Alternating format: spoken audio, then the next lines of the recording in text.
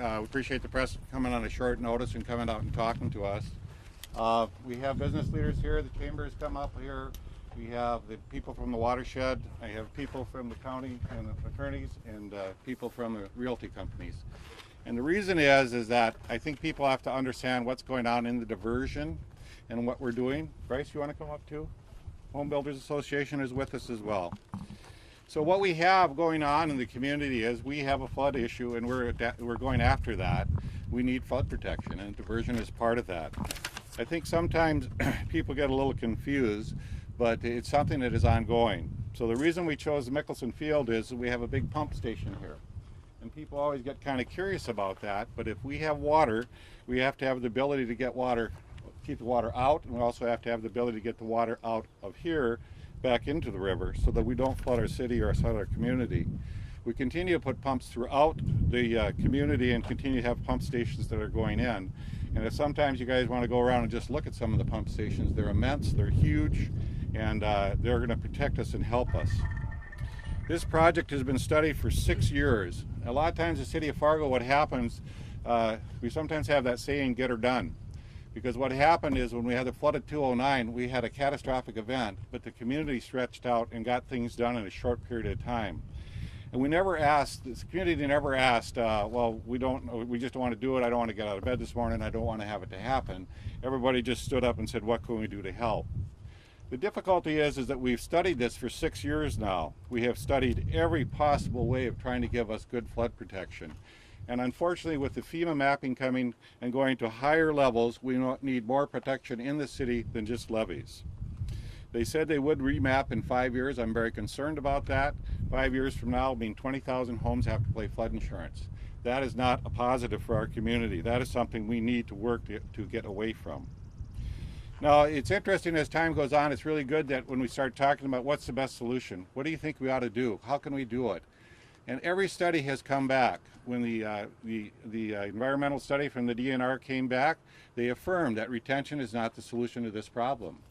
The environmental study again reaffirms the fact that diversion is the answer to this problem. You need a diversion with a staging area to protect people in the community. So as much as we'd like to say, I don't really want to have that happen, we don't have any choice in that.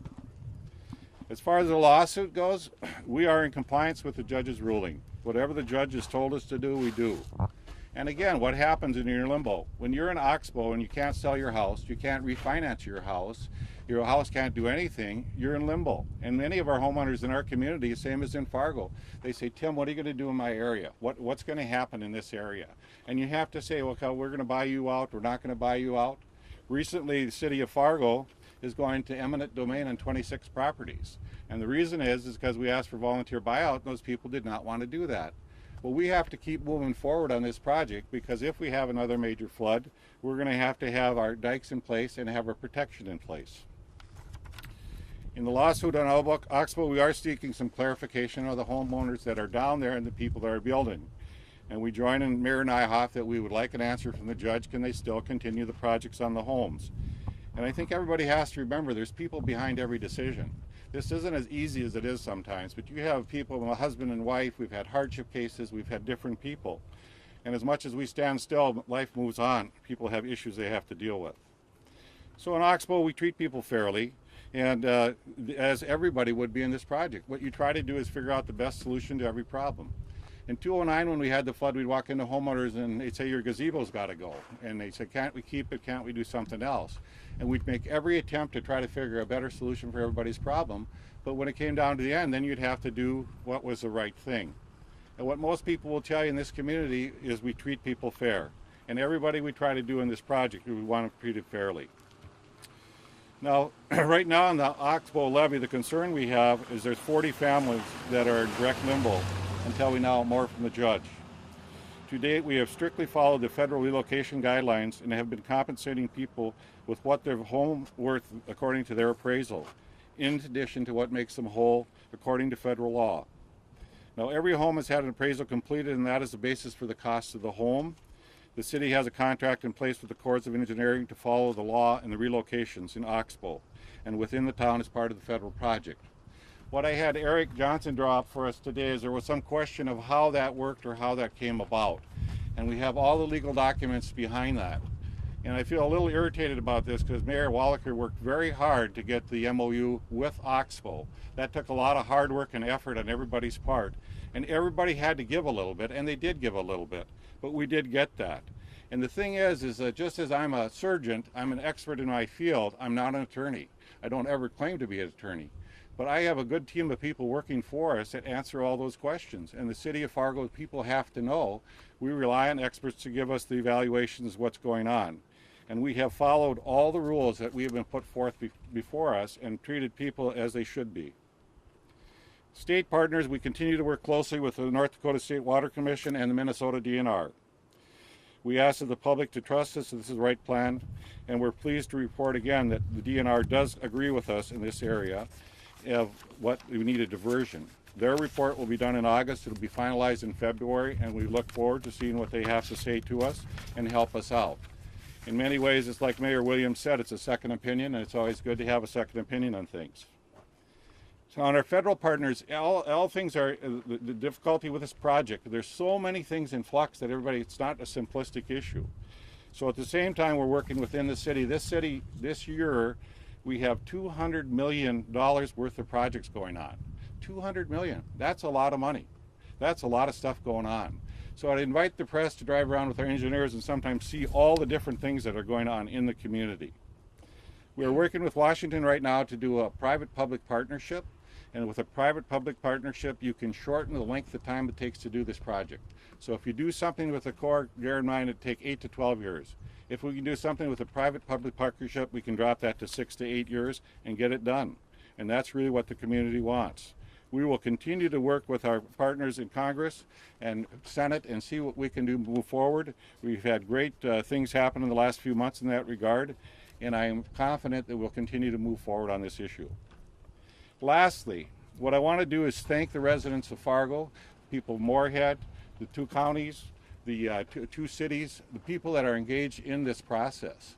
They've been very patient with us, and they're always giving us kind letters and emails to give us the support in this project. And oftentimes what I hear is, Tim, keep going forward, keep going forward.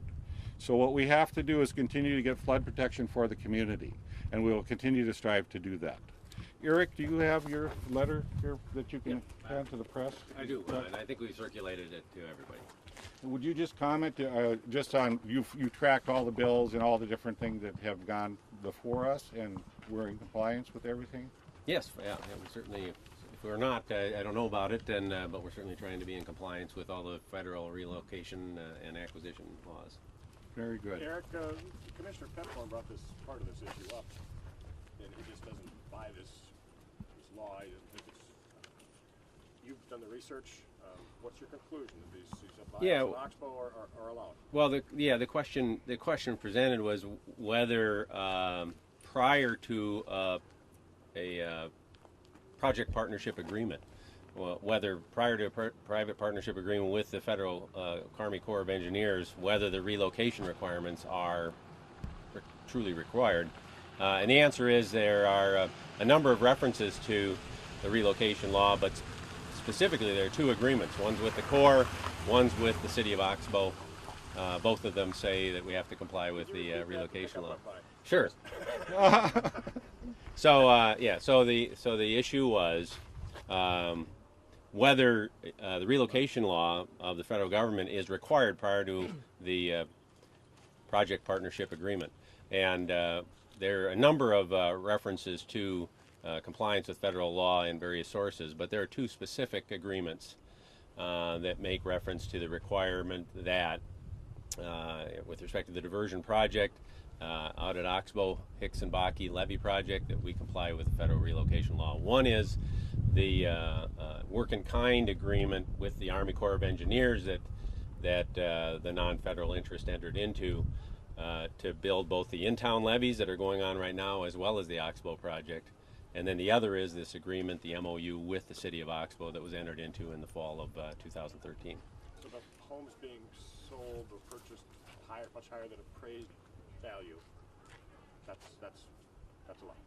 Yes, I mean that is totally in compliance with that federal relocation. Well, what it really law. is they pay their appraised value, but you have to do a replacement cost. So for you to have an appraised value in a community where their tax values were going down, where they got a 20% reduction, your tax value will be much lower. Your appraised value will be a different level, and finally the replacement will be different. Oxbow has no other housing stock. So I have some stuff over here in Alzago that we bought homes, and we had to pay those homeowners more money because they could not find a house of equal replacement value. So we do pay extra money for people who can't find replacement values, and that's really what you have to do. The advantage Fargo has is we have a lot more housing stock that normally somebody can get into another house. Oxbow didn't have any other houses, so they have 40 homes out there that where would they go? There's nothing built, so they have to build up in that area. The other thing when we talked about the partnership agreement is that oftentimes it's not completed until federal money is put in, and the state legislative body at one time put in a rule that they wouldn't let us do some money spending only on the dike. And so the Water Commission and such had some rules set in place, and that's probably where Christopher Pepcorn comes from.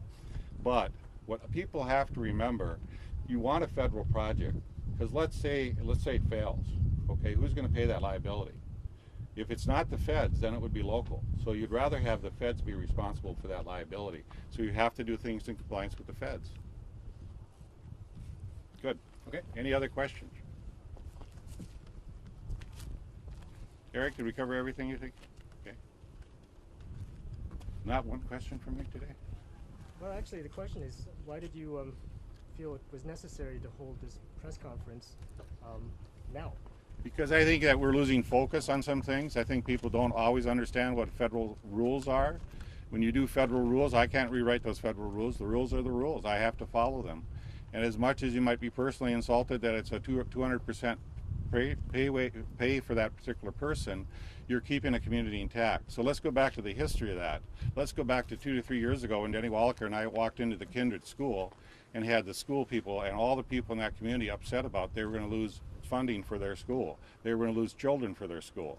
I mean, that was we sat for 2 to 3 hours listening to people talk to us and tell us, whatever you do, keep Kindred intact. This was an attempt to keep Kindred intact. So the reason we do Oxbow and want Oxbow to survive as a community is you have to figure out the best ways to do that. I don't write the rules the feds do. If you want to change the rules, the Fed rules, then you have to go to the federal government and change them. We are, as we always are as a city, in compliance with the rules. And basically, we've been doing this for the last year. I'm not quite sure why everybody gets excited about it, but I think you have to remind you that we have our community, we have our people in our community. We have 230,000 people in this area that need this thing fixed because we do have economic impact. So. Do you think, Mayor, most people realize, City of Fargo taxpayers realize that their money was sales tax money or the shoppers in Fargo? That's been publicized for a year. Did they think that went to the Water Commission. That went to the legislature. It's been brought up numerous times. When we went out to the Water Commission, we talked to them about it as well. It's just that one commissioner finally figured it out. Has that ever been a secret from anybody? Yeah. You know, I think, my name's Keith Burnt.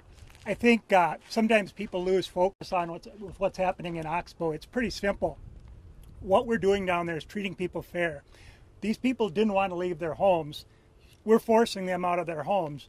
So if you force somebody out of your home, what we've said is we're going to build you a comparable house. That's simple. If you have a 2,000 square foot Rambler, we're going to build you a 2,000 square foot Rambler so you can stay in the community. And and that makes sense. And there's also a lot of confusion about the difference between the tax value and the appraised value.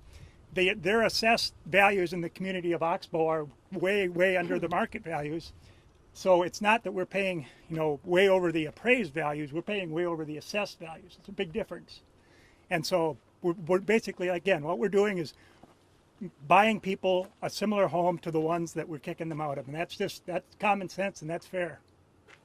Could you guys address, one of the things that Commissioner Pepcorn had said was that there was a big difference between how you buy out homes in Fargo and how you bought them out in Oxbow. And I understand there's also, some homes in Fargo that are part of the diversion project where you are applying the federal rules, but then there are a lot of homes where you don't. Can you talk about, if you're talking in about the flood of fairness, 209, in the flood of 209, we came into many communities where we had to take a home out. And if you walk up to a homeowner and say, I need to buy you out and we're going to take your house down in 2 months or in a month and we're going to build a dike, what's a fair value? So what was decided upon by a variety of different people is 110% was a fair value. We also had relocation costs, and we also had some benefit for specials to pay down specials so they would stay in Fargo. And that's the way the Fargo part has been done. The relocation issue does go if it's part of the diversion project. So it is a little confusing because we have $240 million worth of work in the city of Fargo that just has to do with flood protection.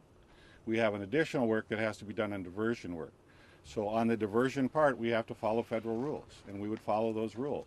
And in fact, in El Zega, I paid overpriced for their appraised value to get them into equal valued or size house in the community. And we have several homes we had to do that. So it's not that we're changing the rules in Fargo. We do that same thing for them. Right now, we're going eminent domain on 26 properties. You know, eminent domain, they'll get an appraised value, and we will pay that appraised value. So what we're trying to do as fair as possible, but if you had a home, what would you expect me to pay for your home? Probably your appraised value. And you probably don't want to take benefit by having a benefit out of this project. But the reality is that, you know, it's people. We like to treat you fairly, and this is what we come up with. Now, what's happened on top of that is the real estate values have gone up. And you can talk to that if you want, Kevin. I mean, real estate values have gone up the last 12 months, and it's changed us a lot because we were going at 3 to 4% before. So 3 to 4% isn't bad if you're off on a 110-cent value. The problem we're having now is how long does it take to sell a house? Depends on the price range of the house. But they're going pretty fast, aren't they? Yes. You know, a lot of people, Will Wright was a friend of mine. He had to sell his house from River Drive. He finally had to learn that if he found a house he liked, he had to put an offer in. He couldn't wait 24 hours because oftentimes in 24 hours it was sold. You know, so the market's changed a bit. Yeah, we may have to address that issue because the real estate market is hot right now. But you know, those are things we will take in discussion. Mayor, these 26 homes that you're working on eminent domain, are they in one general part of the city, or are they across the town? They're across the town, but we have to finish up some projects. So drive down River Drive, take a look at that. You go into Oak Creek, look at that. There's some areas there. And the problem now is that we are getting into expensive homes, and it's no different than Oxbow. Those are expensive homes. You have expensive homes you're getting into, so it increases your cost. Are you concerned about waning support for the diversion on the commission and in the community? I just think people don't quite understand it sometimes, and I think sometimes we had a beautiful spring. We didn't have much water. We've had more water in the last month than we had all winter. So a lot of times you go, oh, we can get by with this. And it's kind of like you always want to believe something better can come or something won't happen. So, you know, you have to realize the fact is every expert we've talked to, we need a diversion. Every person we've talked to. And we have a lot of support. In the business community, we have a lot of support. The chamber has endorsed this. Home builders endorsed this. When I ran for mayor, the realty companies came to me and said, how soon can we get it done? That was one of the telling questions they had, because they're hearing it out in the community. So what we're trying to say is, yeah, there's some people that object to the project, but we have a vast majority of people that understand the need for it and are behind it. How about your commission? There's been some changes there. Are you? Well, the commission, there's sometimes you have to educate. There's a lot of data out there on this particular areas. There's actually 3 commissioners that sit on the diversion board. So Commissioner Williams, Commissioner Sobolik sit on the commission on the diversion authority. So they have probably a lot of information that they've had and understood. And I'm bringing in Tony Garrick. I've talked to him several times about the project. I've had people, you know, bring up information for him and help to bring that to him. And with Commissioner Pipcorn, we'll continue to try to educate. Looking ahead, Mayor, where are things at with the P3 status? What has to happen for that? Right now on the P3 status, we're working with the Corps to develop a draft that they would be happy with, and we have had several meetings in regards to that. We're working with the Office of Management and Budget for the President's Office, and we have some ideas of what they would like to see. They're very excited about the program. Ernst & Young want to put money into it, so we have a great interest in that. We're talking to our second big contractor that's coming through this next week, I think, right? Somebody coming through that has a great interest in doing the project. Some of them have done a project in New Orleans and been able to get projects done early and work with federal programs. So we have a lot of people who have great interest in this project.